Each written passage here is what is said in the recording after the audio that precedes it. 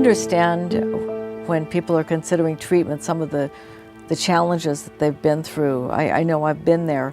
I remember my first drink. I was at a wedding and somebody had put some rum in my Coke, and it was so good that I went to the back of the reception hall and demanded that the guy back there, the catering, fill my bottle with rum, and before I would leave. And I got so drunk, I got sick, I threw up. It was a terrible mess, but I went back to it.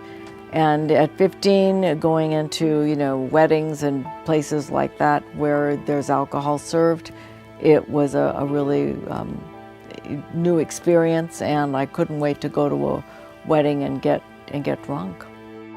I mean, when I was growing up, I was a good boy. I didn't drink in high school. I didn't drink till I got to college. But from the very first time I drank, my drinking was not normal. And it went downhill from there. So in a sense, when I finally got into recovery, it really did give me my life back.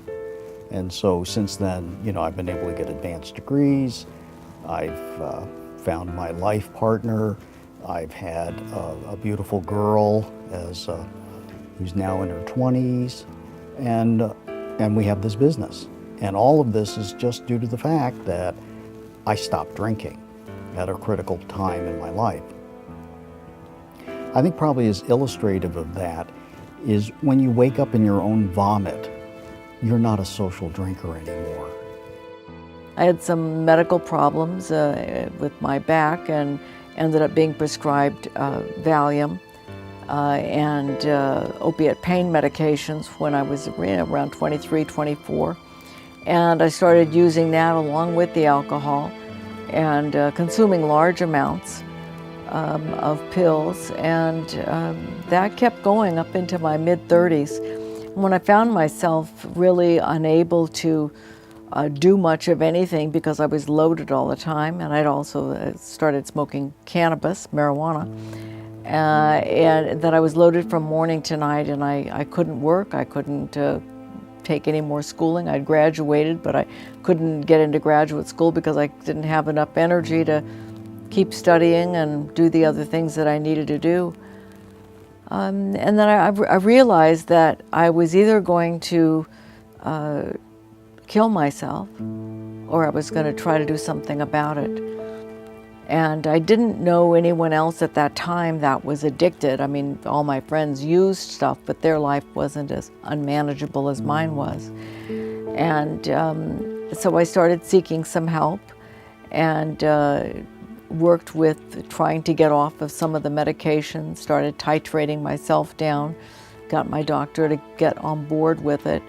But I had no idea the length of time that it would take me to get off of the chemicals, the withdrawal symptoms that I would experience, the psychotic experiences that I would have coming off of the pain medications, or the lack of connection that I had with my body.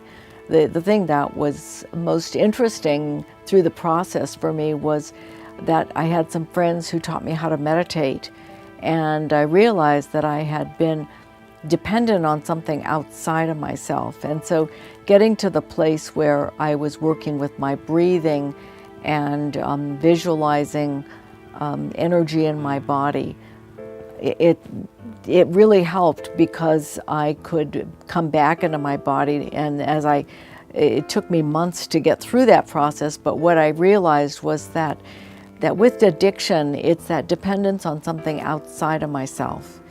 And that determination that I had and the awareness and insights that grew and evolved out of that experience really gave me a lot of understanding about human development, about addiction, about attachment, about the power of meditation and mindfulness, which it later became known as. And that process has really helped me as I began to find myself, went back to graduate school, became a therapist, and have begun working with people over 30 years ago in their addictions. And in Lasting Recovery, which we opened about 10 years ago, the focus has been for people to begin developing an internal locus of control. So we've always offered acupuncture, yoga, chakra balancing, and a few other things that really helped people to begin coming back to their own experience of their breath and their body as they detoxed and went through different experiences that allowed them to come back into themselves, work on their recovery, and then they could make better decisions that would stay with them in terms of their recovery. Well, we've tried to stay on the cutting edge in the way that we do treatment. For example, we've put a major mindfulness component into our program. We've added various holistic components to our program, and yet we're still based on a 12-step model, but using all the wisdom that medicine and psychology have been able to get in helping people solve, real-life problems. And of course, we specialize, most people when they come into recovery usually don't just have a substance abuse problem. They have other problems, such as depression or anxiety. And if those things aren't addressed at the same time that you're dealing with the substance abuse, they can be a major trigger for relapse. And so we really try to stay on the cutting edge of what the science is telling us that will help people make good, solid, long-term recoveries. Like we say to clients that come in, you don't want just temporary recovery, do you? Which is why we named it Lasting Recovery. We've been here for 10 years, and we've seen over 1,000 men and women come through here. And we've seen so many successes. And, even if someone gets stuck and has a relapse, we have an aftercare program, and we see people wander in after, a year or two, maybe they had a relapse, but they come back and they know that they can get the support to keep changing the song, to keep turning it around and recognizing that they can do something different. They don't have to drink or use to solve their problems, that they can come back to gaining some support and some new ideas for how they can think differently and behave differently and put themselves in different situations so that they can truly live a life of joy, a life that's filled with positive relationships and problem-solving skills and richness and depth that just can't be experienced when someone is using alcohol or drugs. Well, one of the real pleasures in life is being able to do something meaningful that you can do for a living. And so Judy and I founded Lasting Recovery 10 years ago.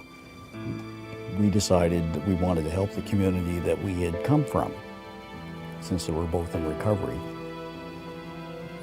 And the really nice thing about working with people with substance abuse problems is that when they solve the problem, they get a life back. So it's a very rewarding field to be in.